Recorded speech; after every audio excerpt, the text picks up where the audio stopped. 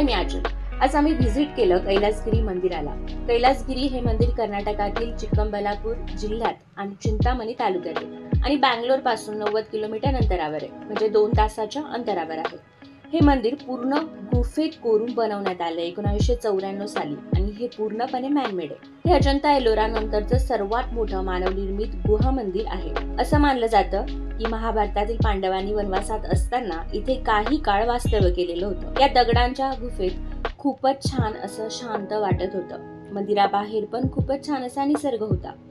Return येताना आम्ही एका गावात गेलो, कारण आम्हाला गावठी कोंबडी घ्यायची होती आणि त्यासाठी आम्ही खूप फिरलो आणि एका ठिकाणी आम्हाला एक गावठी कोंबडी मिळाली आणि तिथे पण थोडी बार्गेनिंग करून ती गावठी कोंबडी घेतली. गावठी कोंबडी ही बॉयलर कोंबडीपेक्षा खूपच चांगली असते आणि टेस्टला पण खूपच छान असते. व्लॉग आवडला असेल तर लाईक करा, सबस्क्राईब करायला विसरू नका. बाय.